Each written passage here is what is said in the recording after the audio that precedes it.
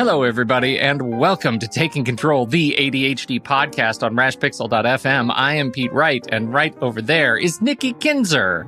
Hello, Pete Wright. How are you? How are you? You feeling good on this day? Are you optimistic? Got this song in my head, Nikki, and I'm not optimistic that I'm ever going to get it out of my head, and I don't know what it is, and the community is failing me every turn. They're saying things like you might be off your meds, and... Well, we talked about you real, looking like a bobblehead. Very real chance. What is going on with you, Pete? Well, I shaved my beard, and that's throwing people. It's been a weekend. My son turned 13. I no longer have preteens. Oh, yeah. You're a house full of teenagers. Yeah. God bless you. Yeah, it's good stuff. Now he's 13. He's ready to learn to drive. Right. Because that's what they do at 13. Next. Yeah. Got a teen in my name. I'm ready to go. Teen in the age. We are talking about optimism today and the choice to be optimistic. Is it a choice to be optimistic? We're going to talk about that. Before we do that, head over to takecontroladhd.com. Get to know us a little bit better. You can listen to the show right there on the website or subscribe to the mailing list, and we'll send you an email with the latest episode each week as it is released. You can connect with us on Twitter or Facebook at Take Control ADHD.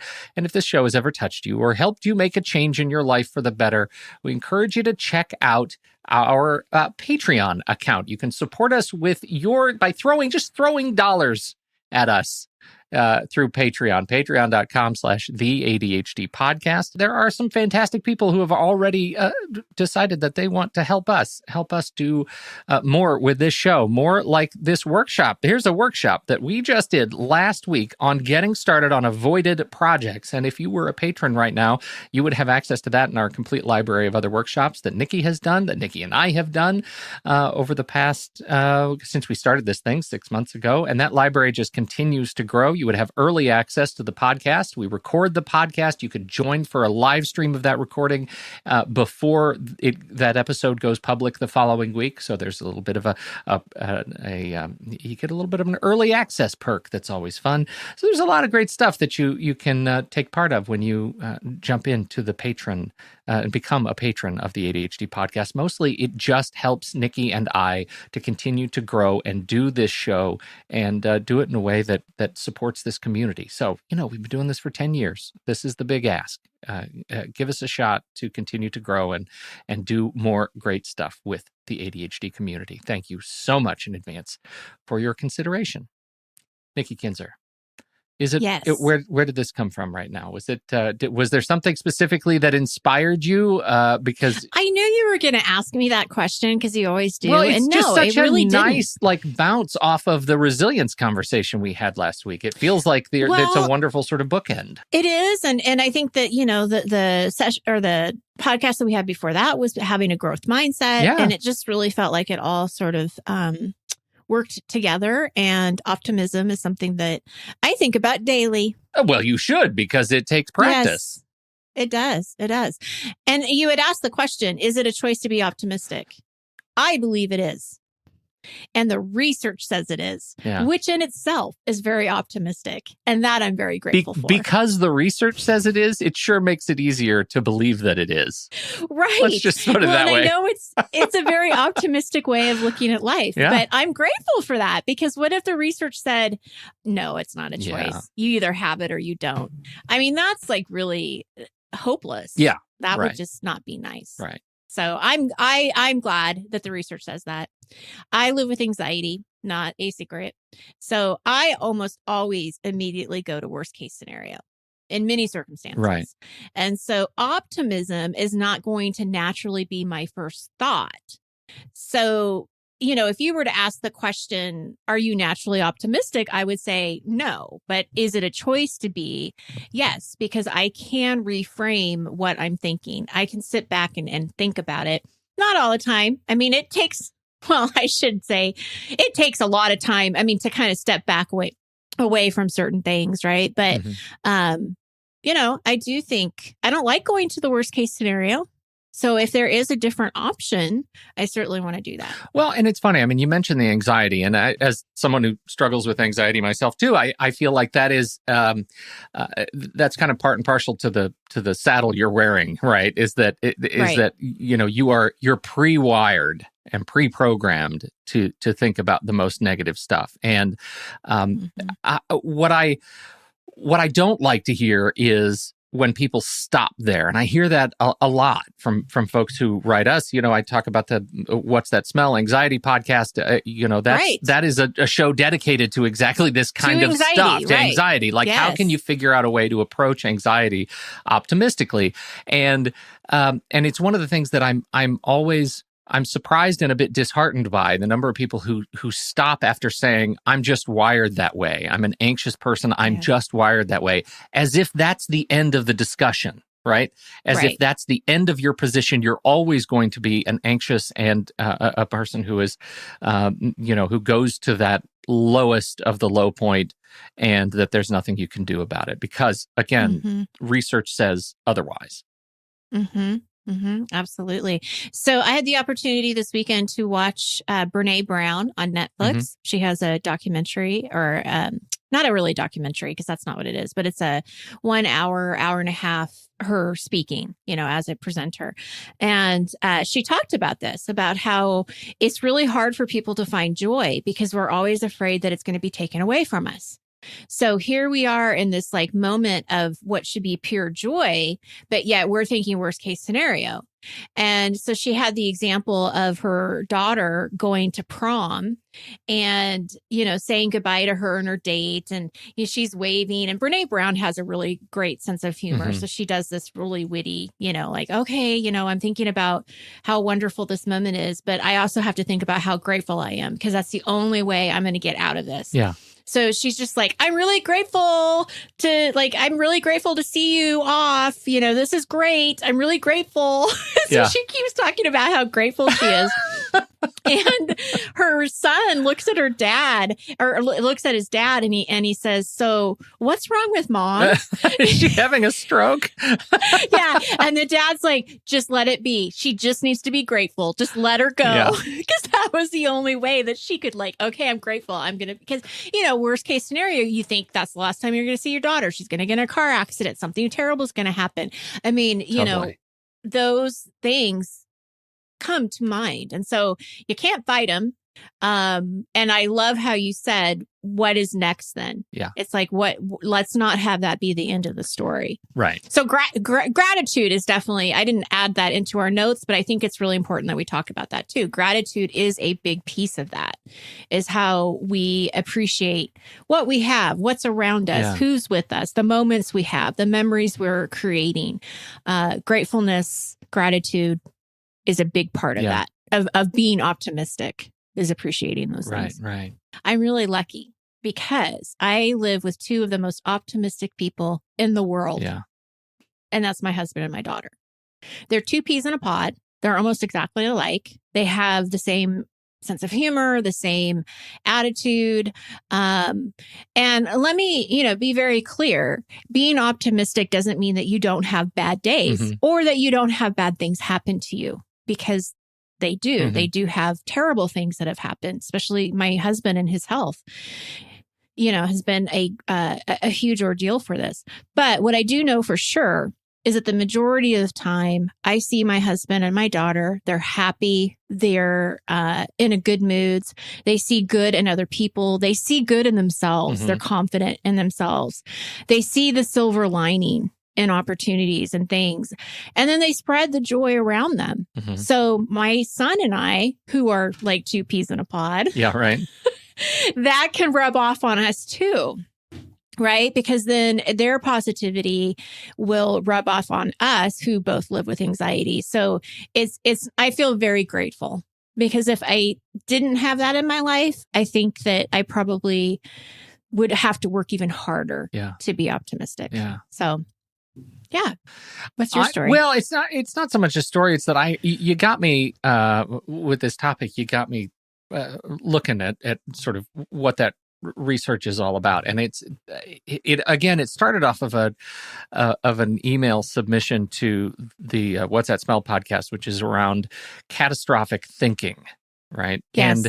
And so I wanted to talk just a little bit about that because it turns out that catastrophizing or catastrophic thinking is one of the four major sort of categories of negative thinking, right, that goes into optimism, right? It's the stuff that drags you down. And I think that these are the four behaviors that can become habituated when we lose track of what it means to be an optimistic person. And when we and so the Mayo Clinic has published a number of resources on their website around this. This comes from a survey of research. One of them that I thought was most interesting, given the heart issues that are going on in my own family, is a study that connects optimism to overall cardiovascular health. And I want to talk about that in a little bit because it's fantastic. But in the case of these four major sort of areas that you could be falling into the trap of negative thinking, I just want to just set the table here. Number one is filtering. Right? Filtering means you are magnifying the negative aspects of a situation and you filter out the positive aspects, right? So you have a day at work where you accomplish many tasks and you do great things, and suddenly one thing happens at the end of the day and you go home and realize that tomorrow's going to be busy, and so you just decide, I'm overwhelmed. It's all I can do. Even though you had generally a good day, you forget immediately the good stuff that happened, and you let yourself perseverate on the bad stuff. You filter the good stuff. Number two is personalizing. When something bad happens, now how many of you with ADHD don't you do this? When something bad happens, you instinctively believe it's your fault. Yes. Oh my goodness. Yes. How often do you have to think about that with the folks you work with, Nikki? I mean, that happens every single stinking day around my office. All the time, every day, every client. This happens. Yeah. Yeah. This is definitely an ADHD trait. Totally. And it is even especially, okay, so a meeting cancels. You have to meet with a bunch of people and everybody is set to go. And then at the last minute, the organizer cancels the meeting. My first instinct is always, I guess they didn't want me to be a part of it. And so they all canceled the meeting. They're probably meeting together someplace else. I know that's totally irrational and ridiculous. And I need to, but that's the kind of behavior that you don't even know you're doing. It's so insidious. Can I give you an example that I see almost all the time too on a daily basis? Yeah. So somebody will block a period of time to study or to work on a focus project, and they don't get done as much as they thought they were going to get done in the 2 hours. Yeah. They blame themselves. They immediately go to the place that I didn't work hard enough. I was too distracted. I didn't get as much done as I wanted to. It's my fault. Yep.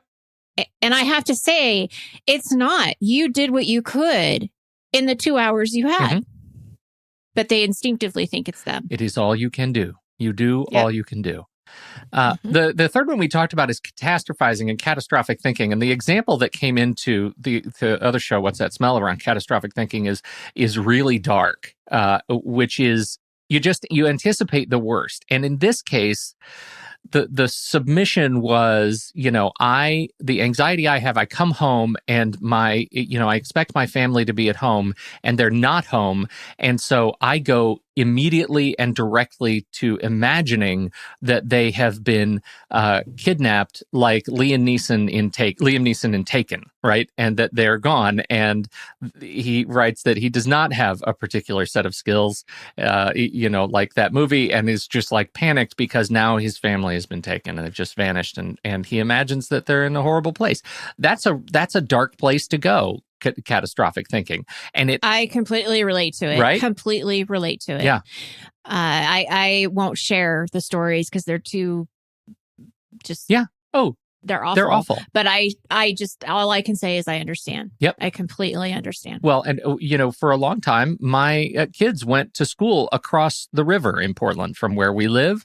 Let me tell you, when that article comes out about the Pacific subduction zone and how we're due for the big one and how that's going to split the city apart, I lived every day with this constant panic that I was going to have to figure out, where am I going to get a boat when all of the bridges go down in order to find some way to get to my kids. It is a real relief that they don't go to school over there anymore, and now they're blocks away, Pete, right? To help you with that, we have a boat and you are welcome to borrow it anytime you need to. So if that ever happened, all right, just rest assured that we have a boat that we will give you. Excellent. I am so glad. Awesome. Unfortunately, all the roads between you and me are going to be gone. Wait, I'm doing it again. Wait, but we still have a boat. God. So we'll have our boat. We'll come You'll and just get come you. by boat to my house on the hill. I'm trying to be optimistic here. Well, and that leads directly to point number 4. So we have filtering, personalizing, catastrophizing, and polarizing is the first one. Polarizing, we've done a show on this one too. It's binary thinking, right? Things are only good or bad. And it's that feeling that if you aren't perfect all the time, you are a total failure, right? If you're not consistent all the time, you have failed. The system has failed you. That's right. And you have failed. So those are the big 4. And I find those, it's a fascinating and nice, concise list from the Mayo Clinic that I think is really helpful. And their perspective is from this idea of how, this kind of thinking impacts your physical health and impacts your physical and emotional well-being, stress management, that sort of stuff, because it has a direct and research-driven impact on your physiology. So we can talk more about that in a bit. But I wanted to get that out. So I want people, as we talk about this, I want you thinking about those 4. And what do you do day to day? How do these 4 kind of insinuate themselves into your process? There you go. Right. Well, I do want to talk a little bit about the benefits, and I am interested to hear what you learned about the cardiovascular health as well. But I know that when I was doing my research, people are generally just happier. And you can see that, right? You have a more pleasant point of view. Their lives, they live healthier lives. They live longer. They have lower stress levels. Last week, we talked about resilience. People who have more of an optimistic view of life are more resilient when bad things happen. And it increases their motivation too, because, you see the silver lining, or you see, okay, there might be a lesson to be learned here. What can I do? Now, this doesn't mean that it happens immediately. I don't want people to just think that, I'm going to choose to be optimistic after something terrible has happened. It doesn't work exactly like that, right? We know that. But it is something that you can practice and be aware of and work through. That's right.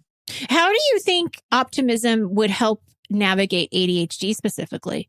It's easy to get into obsessive thought spirals, right? Around, thanks to ADHD and the OCD that creeps in. And so it's important to include optimism or an optimistic mindset as a part of a mindfulness practice, because you can't do it without being present with it. It's too easy for the negative thought spirals to be pervasive, right? And to be the controlling indicator of what it is that you are, or the controlling factor in in the way you approach the world.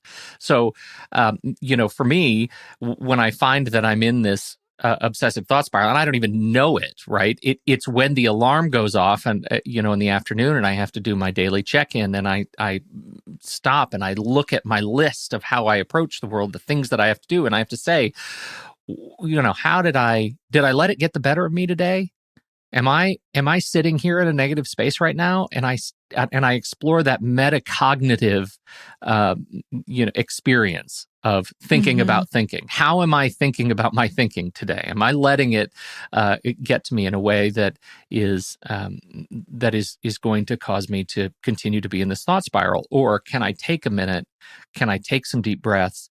And can I try to find the way to change the language that I'm using to explore the positive side of the negative thinking? The only thing I would add to that is being mindful of your emotions, allowing you to notice them without judgment. Yeah.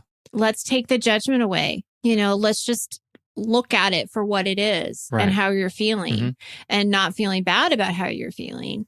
And like you said, giving yourself that space to feel what you feel. And then I believe it's at that moment, then choosing what you want to do with this. And there is no time frame for this. This is, again, what I want to be very clear is there's no time frame for this because it really depends on the situation and what you're dealing with. Right.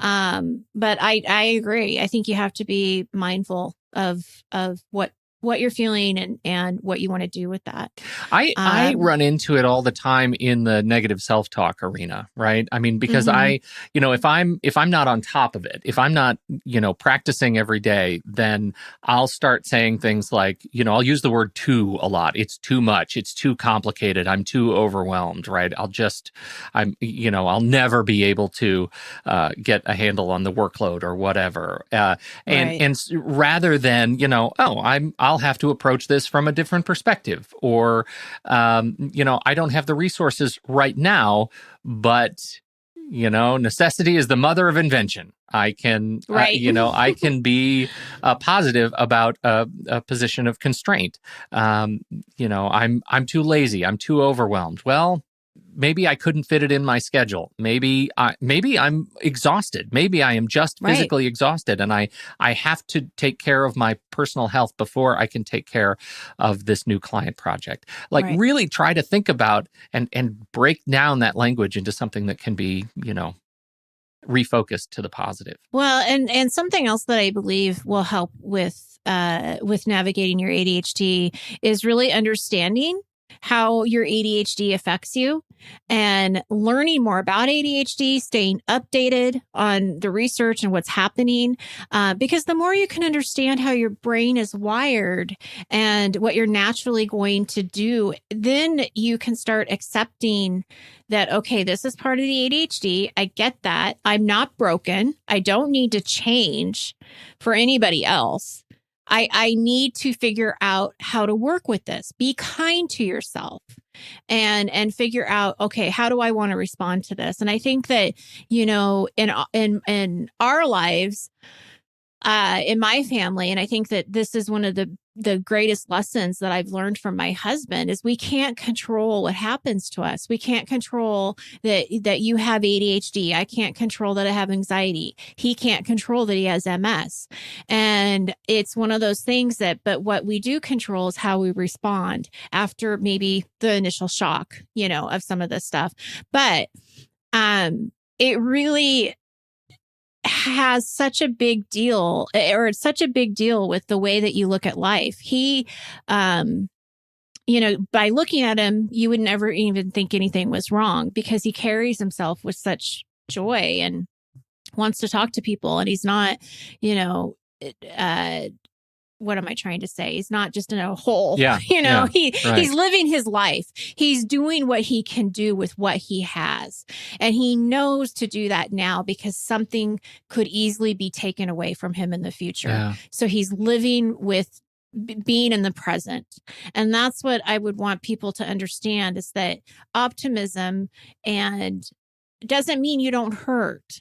It just means that you're shifting and you're going to make the best. You're going to make lemonade out of lemons. You're going to do what you can. Yeah. And I think a lot of ADDers, even though it doesn't come naturally, I see so many success stories. I do see so many people who do get out of that shame and who do figure out the systems and do learn. I mean, in my coaching groups, it's amazing that one of the best compliments I can receive or feedback I can hear is when people will end the group saying that they realized how important it was that they understood their ADHD and accepted it.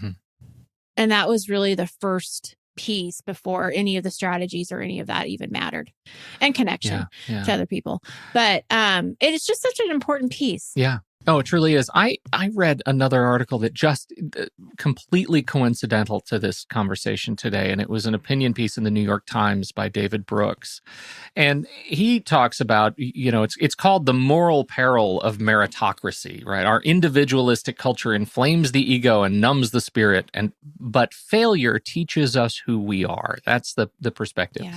And the metaphor he uses is that of two mountains, right? That we start our life and we're climbing this mountain, and maybe we're working at a corporate job, and maybe we're just trying to work our way up the ladder, and something, we want something we're doing all the right things, we think, because it's going to make us successful and feel successful, and we'll be respected because we continue to have merit, and then something happens, right? Maybe it's family, maybe it's illness, maybe it's injury, maybe it's failure. Whatever kind of failure or tragedy you undergo, you fall into the valley of despair.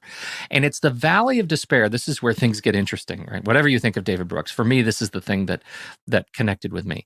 That the valley of despair teaches us what's important to us to start climbing a new mountain.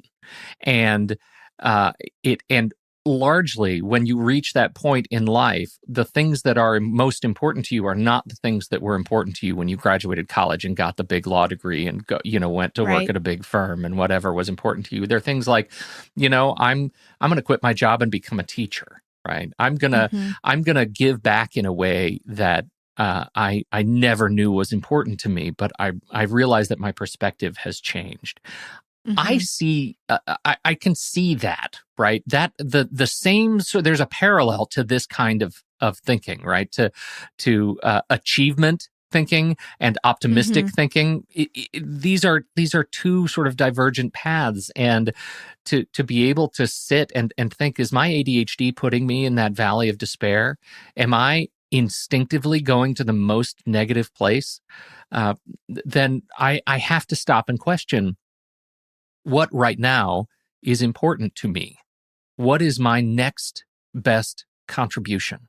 What is the next step that I'm willing to take forward? If I identify the areas there that I think are I am most ready to change, then I'll be in a much better place. Something that you said about the changing careers, though, that reminded me of another comment that Brene Brown had said in her presentation, that so many of us, we spend so many hours at working.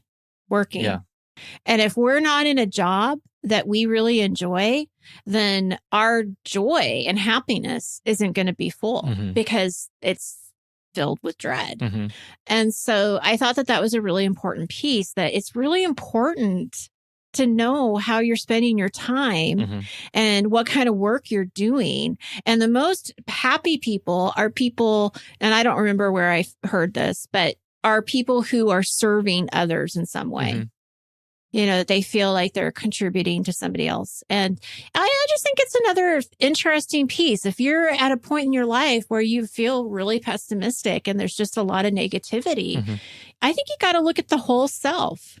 Yeah.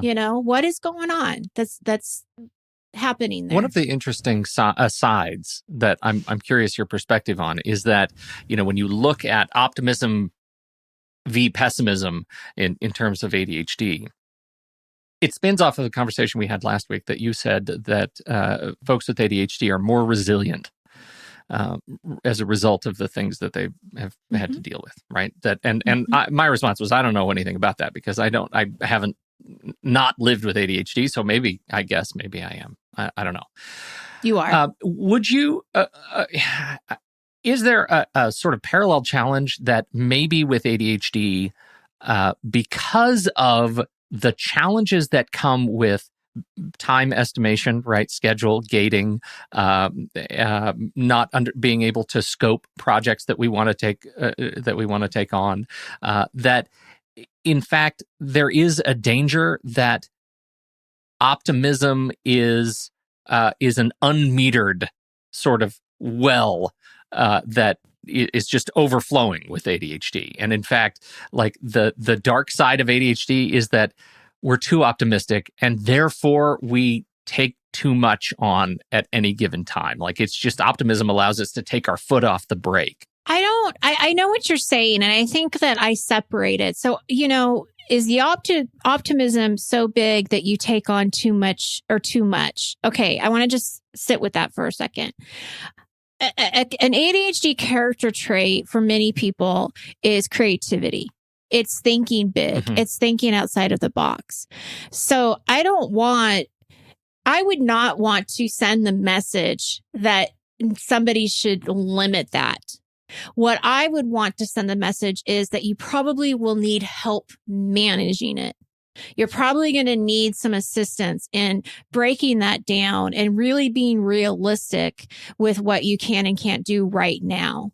But I wouldn't want to take away the optimism at all, because that's where the creativity is. That's where we grow. That's where you can make a difference by inventing something that changes people's lives. Probably not on your own, but I would say you do need some help just managing it. And follow through and all of that stuff, right? Like, there's a lot of things that ADHD then could get in the way. And those are the things that you need to kind of navigate and figure out. Yeah. With help, with support. With guidance, with the, I always think back to my college days acting, right? I went to college to be an actor, believe it or not. Mm-hmm. And there's always, as a director, you're always looking for exactly that trait.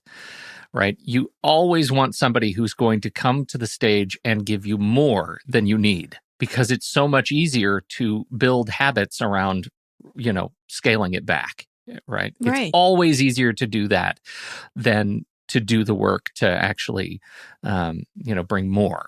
I have to bring back Brene Brown. Man, she's an amazing woman. She talked in her presentation about being small. She wanted to stay small. And when she did that Houston TEDx talk, she thought she was small. And then it ended up being this millions of observers. And I mean, her career just took off. All this stuff happened after just that one TED talk. But she was always thinking small. And when you think small, or you think you want to limit your possibilities, or you're limiting yourself, then, you're not in the arena. People who are Brene Brown fans will know what I'm talking about. You're not showing up. And there's a risk when you show up, and she guarantees you will fail and you will get hurt, but you keep standing up. You keep trying. And when you show up and you're vulnerable, and you're showing your courage, that's when good things are happening. That's the magic. But if if you're the critic, and everybody who knows Brene Brown will know exactly what I'm talking about, you don't have the right to judge somebody who's in the arena, because they're showing up. Mm-hmm. They're trying. And that's where resilience comes in. Yeah. I can't imagine a life without optimism, because I would be in a dark hole all the time. Yep. And so I think that, I don't believe you have to live your life that way. Yeah. You're going to get hurt, but you also have to believe in yourself that you're going to be able to pick up the pieces. Right. Let's talk about daily practice. I think gratitude is a huge thing, whether that is something that you're journaling, you're putting in your planner, maybe you're just thinking about it every once in a while and it's just in your head, whatever. But definitely practice gratitude. Watch where you place your judgments. We are judgmental, but I would really be careful of that. Never judge a book by its cover. It's not always greener on the other side, right? We hear these things all the time in our lives. And it's so true, because we just don't know the story of somebody else. And we're not the right person to judge. And we are also not the right people to compare ourselves to others, because you don't know what their story is. So it may look perfect, but it's not. Everybody has a story. Gossiping is not that's not a positive thing to do. And so if you're getting caught in a web of conversations where you're gossiping and talking kind of negative about other people, really pull yourself away from those kinds of conversations, because it's not going to help you. And it's certainly just not a nice thing to do. I would say those powerful affirmations I shared with the pod or the listeners of the podcast a while ago about the story about my daughter going to the gymnastics meet, and whatever you say after I am will eventually find you. So that's another way to really adjust your negative thinking into something that's positive. What do you want instead? Jane Massengill, we had her as a guest earlier in the year. Fantastic lady. And she had the wonderful 2 words that says until now. Yeah. So you know what? Past doesn't matter. Powerful. You can't change it. Yeah. So powerful. Until now. So keep that. I mean, write it down. She had it on jewelry, have those reminders that this doesn't have to shape your life. Yeah. I would also say be kind to other people that you don't know, but also to the people that you love. Give a compliment to somebody, let someone know, or let somebody go before you at the grocery store, open a door, keep it open for somebody. It's just these subtle moments as humans. It seems like it's in human nature, but we know it's not. And make that effort so other people can see that, because it starts with us. It starts with one person, and it can be a very powerful domino effect, because somebody could have had a terrible day. And then, like a waiter or a waitress, I always like to give extra tips, because they could be so busy, that they're just having a terrible time. And then, you didn't really get great service, but you see that they're having a terrible time, and just give them an extra tip and say, some nice words. Oh my gosh, wouldn't that make your day? Oh, right.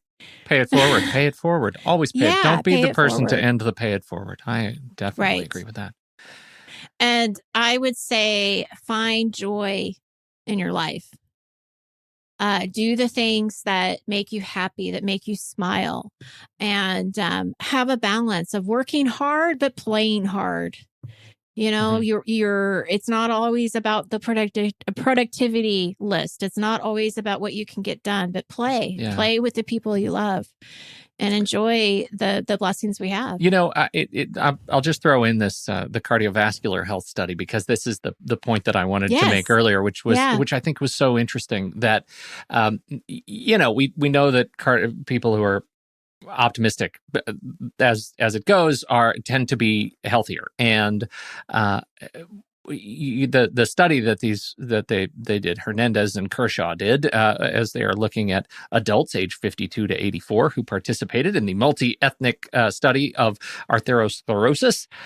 What they discovered is, those with the highest optimism were more likely to have intermediate and ideal cardiovascular health compared to the least optimistic group. But it's more important than just, I'm optimistic, therefore I'm, healthier. Right. That's not the connection. The connection is optimistic people are more likely to do the things that keep them physically happy, or that keeps them physically healthy. That means those people who are in that group of saying that they are most optimistic, those are also the people whose blood sugar and glycemic levels were in the ideal zone, because they had an easier time of eating healthy foods. Those were the people whose blood pressure was lower because they practiced mindfulness as a part of their daily activities. Those people who were in the optimistic zone don't smoke, right? Those people who were in the optimistic zone, their BMI, their body mass index, was in the ideal zone, because they were most likely to get regular physical activity, on the order of 30 minutes a day. Those are the most interesting sort of confounding indicators in this study, that it's not just, I'm optimistic, therefore I'm healthy. It's, I'm optimistic, therefore the things that I have to do to keep the human mechanism that is me moving are easier for me to do day to day. They're easier for me to tackle. It's easier for me to go out for another walk than it is to go eat another Twinkie. And those are the things that I can see that. Kind of have to keep in mind, that when you do a daily mindfulness practice of that is focused on optimism, that is focused on seeing the good in other people, the good in the world, you are more likely to be able to remember that I got to do some stuff for me, and you're gonna reap the benefits of that. Oh, yeah, absolutely. That's great. Yeah. The only other bits I wanted to add were be open to humor. This is another one from the Mayo Clinic, that laughter is one of those things that actually helps you, keeps your blood moving, keeps yourself oxygenated. You're taking in lots of great oxygen when you laugh. So seek humor in everyday things. And like you said, find a community of people who are also optimistic. Do not hang around with people who see only the negative in the world. Find a way. Toxic. It is toxic. Yes. Find a way to free yourself from communities of folks who are poison. Absolutely. Yeah, I'm glad you brought that up, because I completely spaced that one, but that's like probably one of the most important ones. Yeah. And if you can't avoid them, at least spend less time with them. Do something to kind of like not get sucked into it, because that is just as much a domino effect as optimism is too. So you just got to take care of yourself. Yeah. So where can people connect with other ADDers, Pete Wright? Well, we happen to have a fantastic Discord community, and we should add that Discord community is open. You don't have to be a patron to access the general area of the Discord community, which is thriving and vibrant. That general chat room is fantastic, and encourage folks to check that out. And I'll post an invite link in the show notes for this very episode. So just scroll over to the show notes, and you'll find a link, and you can join the community right there. How about that? And if you choose to be a patron, if you choose to support the show, then you get access to all kinds of other wonderful channels and topic-specific channels, things like that. But you don't have to. You don't have to do that. That's just for those who want to. We've sort of it has blossomed into something we didn't. And expect, so. I just want to mention too, I offer coaching groups pretty much every season. Right. So we're looking at, one in fall, spring, summer, winter. And so definitely check out the coaching group. So if you're looking to have connection with a small group of people, and have, 8 to 10 weeks where you're really dedicated to working with those people, that can make a big difference too. So connect. Connect. Yes. Thank you very much, Nikki Kinzer. Thank you. Good conversation. I appreciate it. Thank you. And thank you, everybody, for downloading and listening to this show. We sure appreciate your time and your attention and your optimism. On behalf of Nikki Kinzer, I'm Pete Wright, and we'll catch you next week right here on Taking Control, the ADHD podcast.